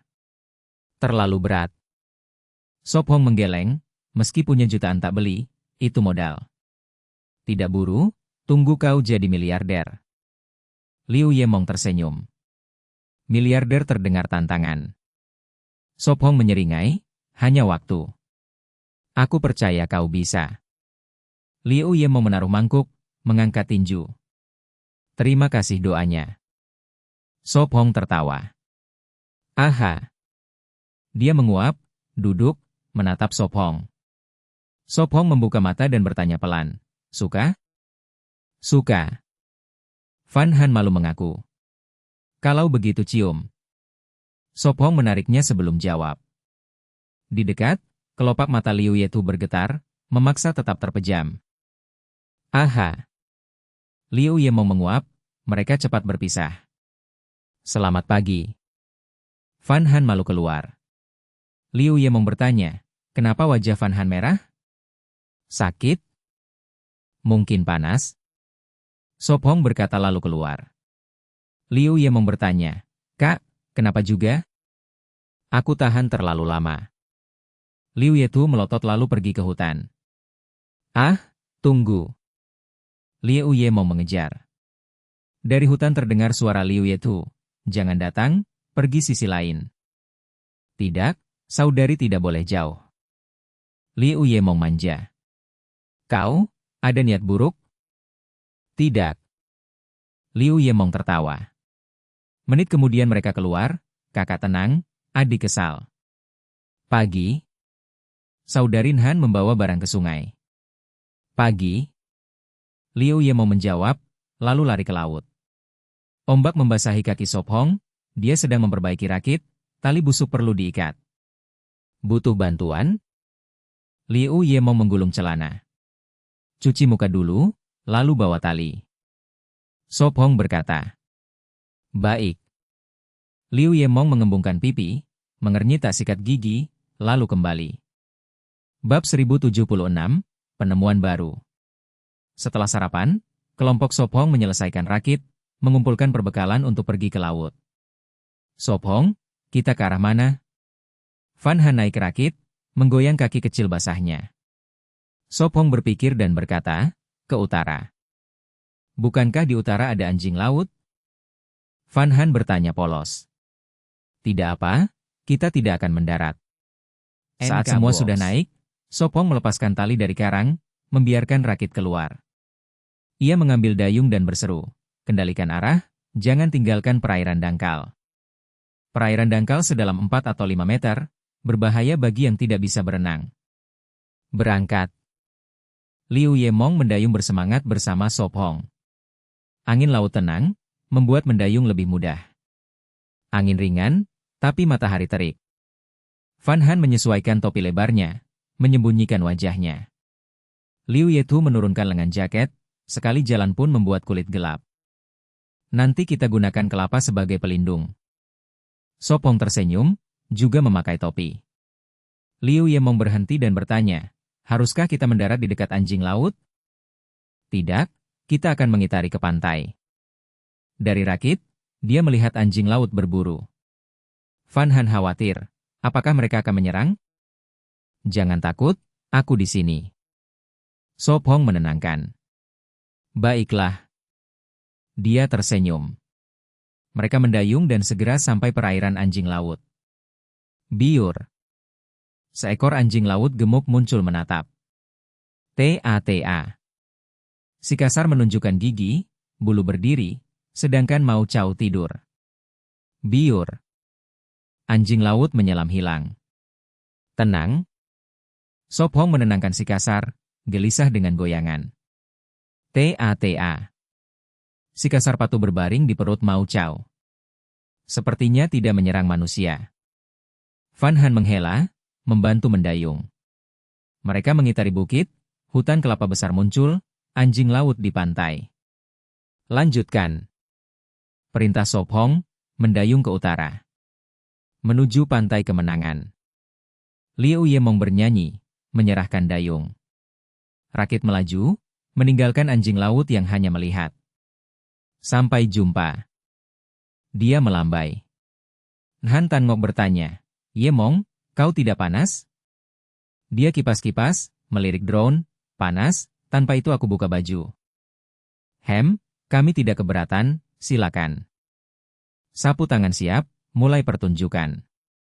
Apa yang kau pikirkan? Pria. Begitu ceria, kupikir tidak panas. Dia menghela. Hehe, panas tapi tidak marah. Dia tertawa. Sop Hong tertawa, suasana bagus, pertahankan. Baik. Dia menjulurkan lidah. Matahari masih lembut. Kata Liu Yetu, pagi masih sejuk. Ada hutan kelapa, mendaratlah. Tunjuk Sop Hong. Van Han tertawa, jangan bandingkan penglihatan dengan dia. Dia pasrah, matanya masih lebih tajam. Mendarat. Perintahnya, mendayung ke pantai.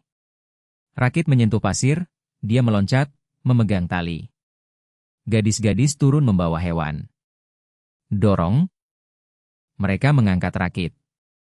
Lebih sejuk. Dia berlari ke bawah kelapa. Jangan berkeliaran, aku panjat ambil kelapa. Peringatnya, memanjat cepat. Hati-hati. Kata Van Han. Baik.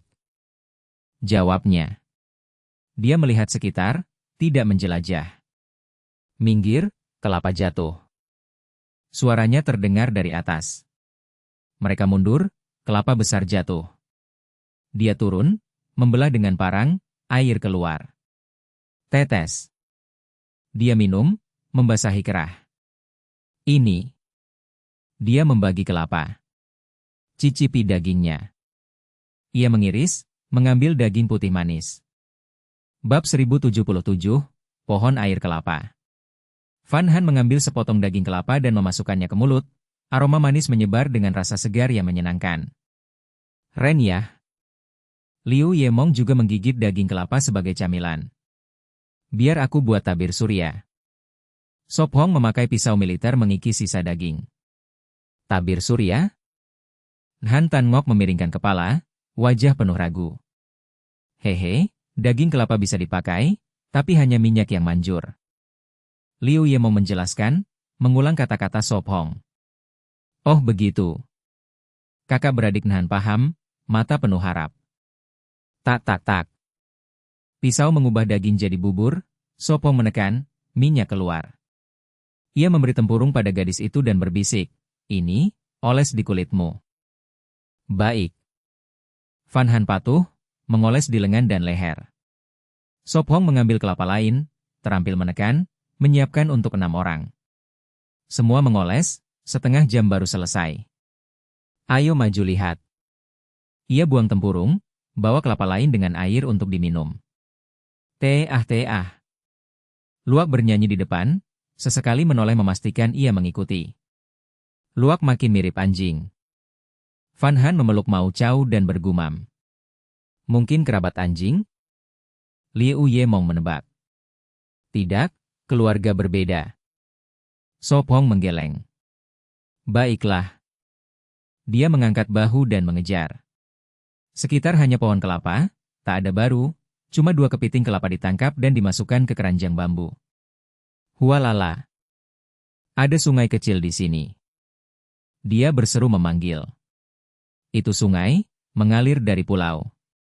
Van Han menjawab polos, lebar 2 meter, air jernih tanpa sumber jelas. Ada ikan. Liu Yetu melihat ikan sarden. Mari ke hulu.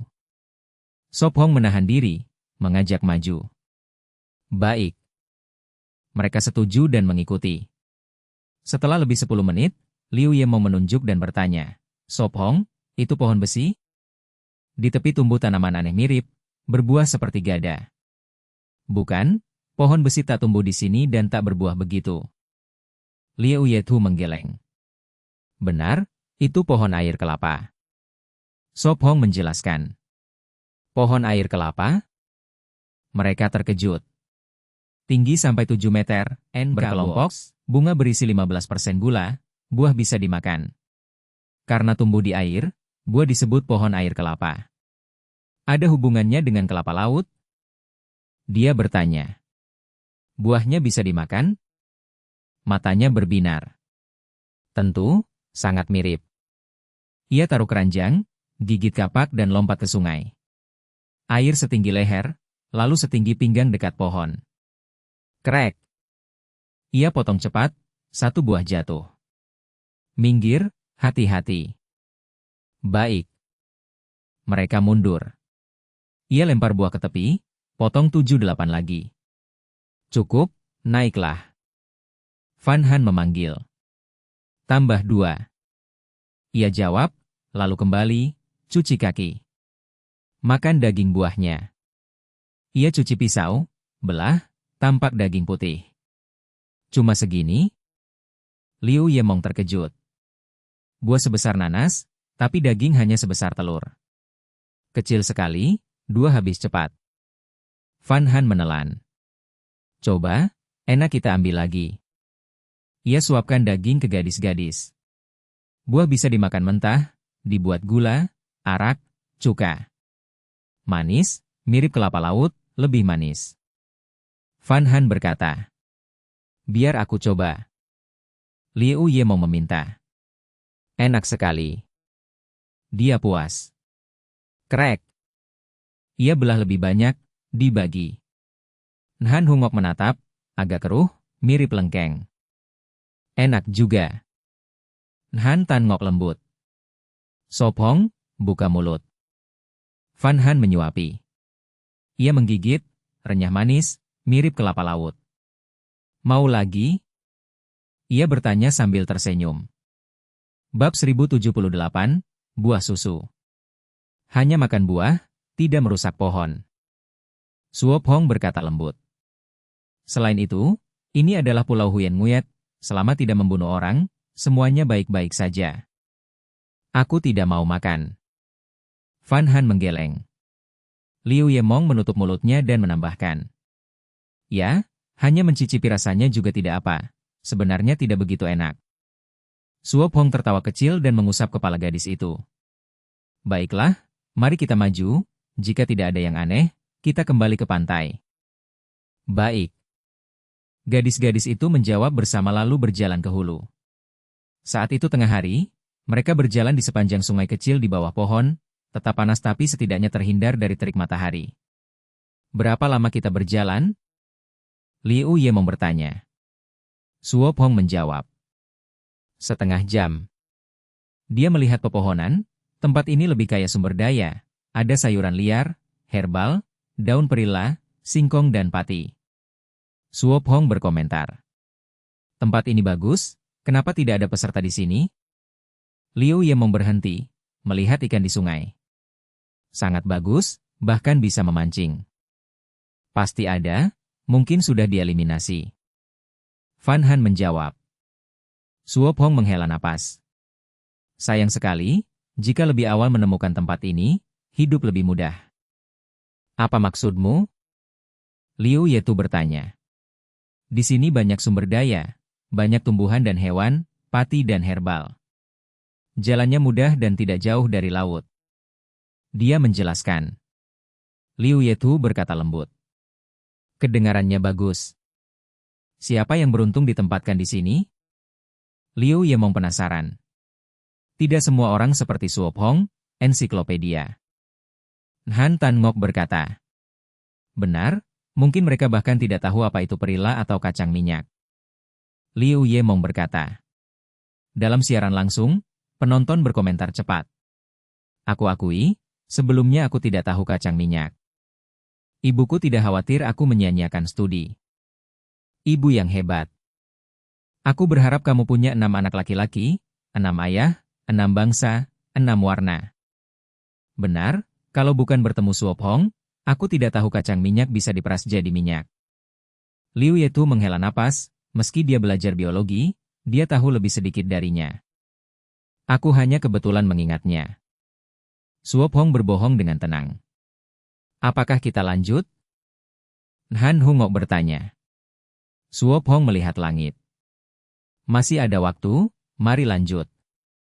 Di tepi lain, dia menemukan buah baru, jarang terlihat. Buah apa itu? Liu Yetu memerah, itu asing baginya. Star Apple, juga disebut buah susu. Suop Hong menjelaskan. Itu pohon tinggi, bisa 20 meter, jika ditanam 5 atau 6 meter. Star Apple, juga disebut apel emas atau buah susu, tapi tidak ada hubungannya dengan apel. Itu buah tropis, tidak pilih-pilih tanah, hanya butuh matahari, buahnya sama. Meski tropis, bisa tumbuh di subtropis, bahkan 0 derajat masih hidup. Jadi tidak ada hubungannya dengan apel? Han Tan Ngok bertanya. Apakah enak? Liu Yemong menggigit bibirnya. Aku belum pernah coba, tapi majalah bilang rasanya enak. Dia berkata. Manis? Fan Han bertanya. Ya, majalah bilang manis. Dia mengangguk. Mau coba? Itu di seberang, kamu mau masuk air lagi? Fan Han menarik lengan bajunya. Tidak perlu, aku akan menggendongmu. Dia membungkuk. Fan Han mengerti. Kamu mau melompat? Pintar, percayalah padaku. Dia tersenyum, sungai selebar 2 meter, dia menggendongnya melompat dengan mudah. Aku agak takut. Fan Han berbisik. Aku yang gendong, kamu ringan. Dia menggigit bibir dan memeluknya. Aku tidak begitu berat. Liu Yemong tertawa dan menepuk adiknya. Liu Yetu meliriknya. Kamu tahu beratmu sendiri. Pegangan erat. Tanpa menunggu, dia menggendong dan menyeberang. Ah! Gadis itu menjerit, membuka mata dan sudah aman, menatapnya. Kita sudah seberang? Jantung Fan Han berdebar. Ya, aman. Dia menepuk punggungnya dan melihat pohon. Suop Hong, bagaimana sekarang? Liu Ye mau memanggil. Kita lompat? Dia bertanya. Tidak bisa, kita akan jatuh ke air. Dia tersenyum canggung. Liu Yetu diam. Dia berpikir. Tunggu sebentar. Baik. Dia menunggu, melihatnya mengeluarkan kapak dan masuk hutan. Apa yang direncanakan Suo? Hong? Dia bertanya kaku. Bab 1079, Kekuatan Pacar. Sop Hong mau bikin jembatan? Tanya lembut Nhan Hungok. Tentu. Nhan Tan Ngok mengatupkan bibir, agak kecewa. Ah. Liu Yemong bersuara panjang dan meringis. Bang. Pohon pilihan Sopong berguncang, retak keras, lalu tumbang. Dia bersihkan cabang, simpan batang lurus, lalu buat satu lagi. 2 batang dipasang, diletakkan di atas sungai kecil, dia coba jalan 2 kali, stabil. Lewat, jaga seimbang. Sop Hong taruh kapak, tepuk tangan. Baik. Liu Yemong lemah menjawab, menyeberang. Mereka pernah latihan seimbang, jadi mudah. 1 jatuh. Fan Han ambil buah susu dimakan setengah, buang. Sop Hong bilang, aku panjat, jangan lari. Hati-hati, jangan terlalu tinggi. Fan Han ingatkan. Oke. Sop Hong senyum percaya, lalu panjat. Liu Yemong lepas topi, gulung lengan, coba panjat, aku bantu. Tunggu sini. Liu Yetu tarik dia. Tidak, aku mahir panjat. Liu Yemong teriak. Tidak. Liu Yetu tegas, batang tidak besar, aman bagi Sop Hong, tidak bagi adik. Kak Mong, biar Sop Hong petik dulu, kalau enak tambah. Fan Han lembut berkata. Liu Yemong manyun dan angguk, baik. Sop Hong cepat panjat, petik buah, beri tanda, bawa topi tangkap. Baik, lempar. Liu Yemong taruh topi bawah. Buk. Buah jatuh tepat, Liu Yemong gembira. Kena. Buah kulit ungu abu, tebal, 8 biji. Cuci dan coba.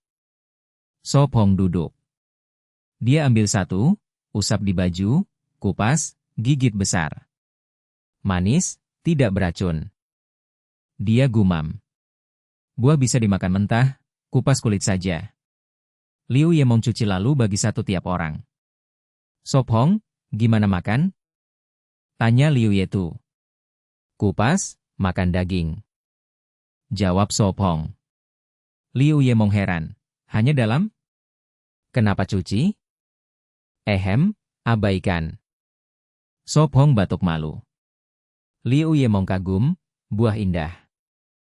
Mirip bambu dan susu. Kata Liu Yetu lihat cairan putih. Rasanya enak, seperti lengkeng, ada susu. Fan Han bersinar. Makanya disebut buah susu. Sop Hong jelaskan, mirip ara, nutrisi tinggi. Baik untuk lemah. Enak, manis. Han Hungok cepat makan. Sop Hong buang kulit, tanya, mau lagi? Ya, petik banyak. Kata Liu Yemong. Oke, ambil karung. Sop Hong petik lagi. Oke. Mereka ambil karung. Dia petik, mereka tangkap, cepat penuh. Cukup, berhenti. Fan Han teriak, keranjang penuh. Baik, cukup. Sop Hong turun. Dia bawa keranjang, karung. Ayo, pulang. Ayo. Liu Yemong pimpin. Mereka ikuti, seberang jembatan, bersihkan jalan. 6 orang ikuti sungai, sebentar rakit muncul. Sop Hong taruh barang, panggil, brutal, sini, siap. Teah. Mungkin takut laut. Fan Han ingat. Tidak mau? Maka pulang sendiri. Sop Hong dorong rakit ke air. Biur. Rakit mengapung, gadis naik, dengan kekuatan pacar Sop Hong membantu. 5 gadis mudah naik. Dia ikut, lalu bayangan hitam lompat, brutal juga. Kita sudah pulang. Liu Yemong mendayung. Salah arah. Ah, benarkah? Bab 1080, Kelahiran Baru. Mari, kita temukan tempat perlindungan sementara. Liu Yemong berdiri di atas rakit dan berseru. Kali ini rakit paling berat bagi si kasar, tampak mabuk laut, kepala tertunduk dan lelah. Sop Hong, apakah si kasar mabuk laut? Fan Han menusuk kepalanya, tetap lesu. Kakak rambut cepat mabuk laut? Liu Yemong terkejut. Dia dulu tak kenal takut. Kau bilang dia tak kenal takut? Liu Yetu menatap adiknya. Sop Hong menggoyang kepala si kasar dan berkata, cuaca panas, rakit goyah, mabuk laut wajar. Lalu apa? Han Tan Ngok bertanya. Sop Hong berdiri, naik darat dulu. Rakit mendekat pantai, dia melompat dan menariknya. Baik. Gadis-gadis berlari ke air dangkal, membawa si kasar dan Mau Chao. Mendayung tak lelah, menarik rakit paling susah. Liu Yemong duduk di pasir. Kerja keras. Sop Hong menenangkan. Tidak apa, biar aku rubah sebentar. Dia berbaring dan menghela napas. Fan Han memanggil, Sop Hong, lihat si kasar, tak bisa bangun. Tak apa, biar istirahat semalam. Dia periksa, hanya gejala ringan.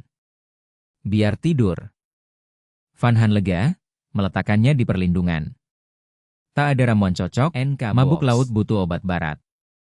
Dia berkata sambil mengusap kepala. Van Han bertanya, makan malam apa? Aku mau tiram panggang. Liu Yemong angkat tangan. Baik, aku gali. Van Han ambil pisau dan pergi.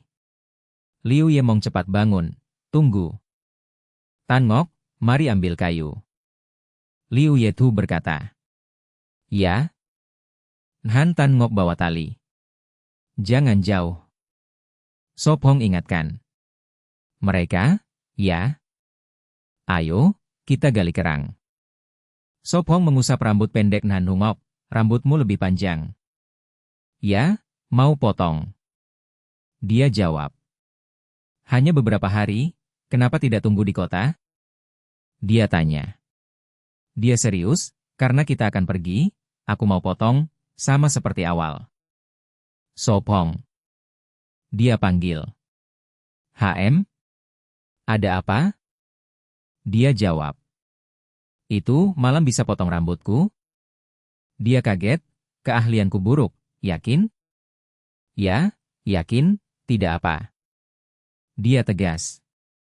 Dia letak tangan di kepalanya, kenapa mau aku potong? Lalu tertawa, baik, tapi kalau rusak jangan salahkan. Tidak. Dia tersenyum cerah. Baik, gali kerang, sebentar lagi gelap. Dia riang. Ya. Dia angguk, gulung lengan, gali pasir. Banyak kerang di tanah. Matahari tenggelam, gelap. Mereka kembali bawa kayu, nyalakan api. Saatnya kerja. Dia bawa pot tanah berisi kerang bersih. Mereka bawa 6 tiram, cukup untuk semua. Tidak bisa tiap hari tiram, tak kuat. Dia bercanda. Kenapa? Dia tanya. Di samping, penonton bercanda. Sop Hong masih pria? Banyak tiram tapi tak bertindak? Dia pria terhormat, tak seperti kalian telur asin. Kami pria telur asin, kalian wanita roti susu. Aku ke kamar kecil. Dia lari. Kalian tahu kenapa? Dia tanya lagi. Liu Yemong, banyak tiram bikin panas, bagi pria tonik. Tonik? Tonik apa? Dia tanya. Anak jangan banyak tanya. Han Tan Ngok batuk, ketuk dahinya. Aku penasaran. Dia gumam lalu diam. Gadis-gadis merah pipi, lirik Sop Hong termenung di hutan. Benar-benar tak tahan? Van Han bisik. Liu Yemong usil. Van Han, apa yang kau pikirkan? Tidak, tidak ada. Dia makin merah, cepat ubah topik. Aku pikir cara memanggang tiram lebih enak.